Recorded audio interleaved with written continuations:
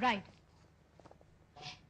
Right. Sheikh Rashid Saab, this is a question that I like to put to you because you have been seen as being sympathetic, at least, to the Afghan jihad. But what we are seeing here, what our friends in Afghanistan are saying, that it's unacceptable that there are sanctuaries here in Pakistan, and they say that that really is the crux of the problem. Thank you very much, Muniza. When I was in a favor of Afghan jihad, the whole world was supporting Afghan jihad. Among the 220 countries, 201 voted, maybe more than that. I was in General Assembly at that time.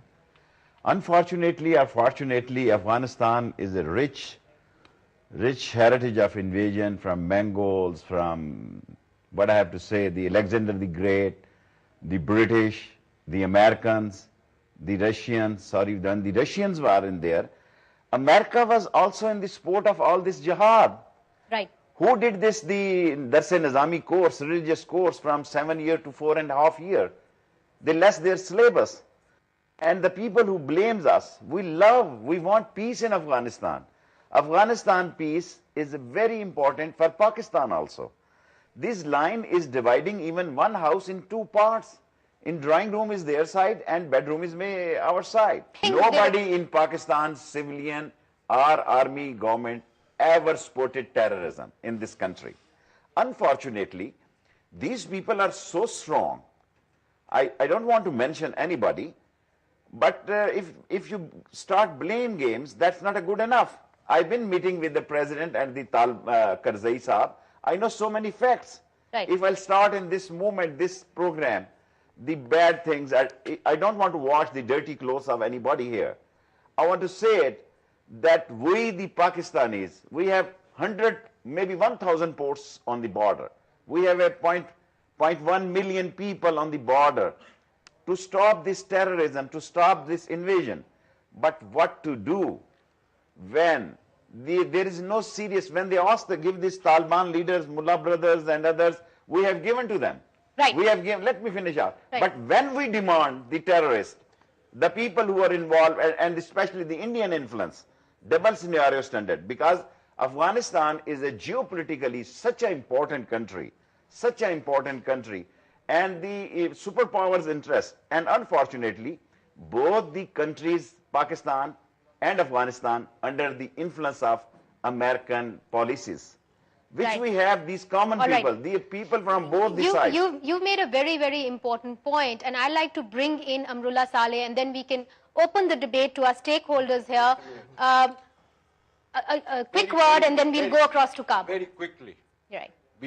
I thought it was a good idea to talk about perceptions because they usually are more important than whatever happens, because you can pick and choose the reality that you like.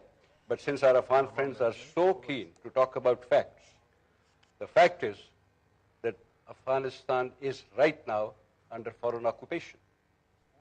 So if it is under foreign occupation, if there is militancy there, the debris will fall on Pakistan and Pakistan will get involved, like it or not. But Pakistan's involvement, again, cherry picking on facts is quite a different thing, has always been, we may or may not have succeeded, has always been. And that is why one was reaching out to everyone, all the important factions in Afghanistan, so that one can create that consensus. All right. Without that grand consensus, Afghanistan will not be stable. All right, very quickly, then we have to go to Kabul. Afghanistan is not under foreign occupation. Under the UN resolution, and Pakistan is a part of that resolution. What is the UN resolution? It is there, and it's not foreign occupation. These forces came to help Afghanistan to fight Taliban and terrorists. All right, so there is a divided opinion here on our panel. Thank you, Manager. As your guest mentioned, that the most important thing is the double standard that the Pakistani politicians always have about the Afghanistan. Like Durrani Saab mentioned that the Afghanistan is still under the foreign occupation. So I want to put that question forward to Mr. Amrullah Saleh, if you want to respond to that. Again, I want to reiterate, this is not a blame game. We have come here to share facts in front of our publics. And my response to respected panelists in Islamabad will be, when they deny Pakistan has not harbored terrorists, let me bring to their attention a very bold fact. The leader of the world terrorist organization, Al-Qaeda, Osama bin Laden, was found near your largest military academy, near Kakul, and he was not found in the outskirts of Kabul.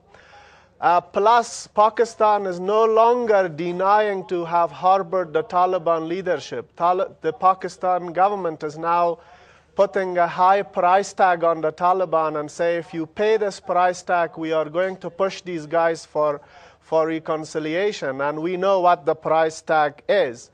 The other thing is Pakistan has monopolized the right to have all sorts of foreign relations itself, but when it comes to Afghanistan, they want to create limitations for us, treating us not a nation but a sub-nation as to who we should talk to and who should be our allies. So if presence of United States troops in Afghanistan gives the notion of invasion and occupation of our country, let me remind General Saab Durrani that according to so much material that has now surfaced, Americans post 9/11 asked Pakistan for cooperation, and the response from your establishment was our air, soil, and sea is all at your disposal. If we are occupied, we are equally occupied. You are also an occupied country. So, therefore, I think the Afghan people are far more smarter than they were in 80s and 90s. The best way for us to make progress is you have to respect Afghanistan as a dignified nation, not as your backyard. For as long as you are trying to continue to dominate us through proxy, it will backfire because we have gained massive soft power and the Afghans are ready to stand up and rise as a nation. Yeah. Thank you. Mr.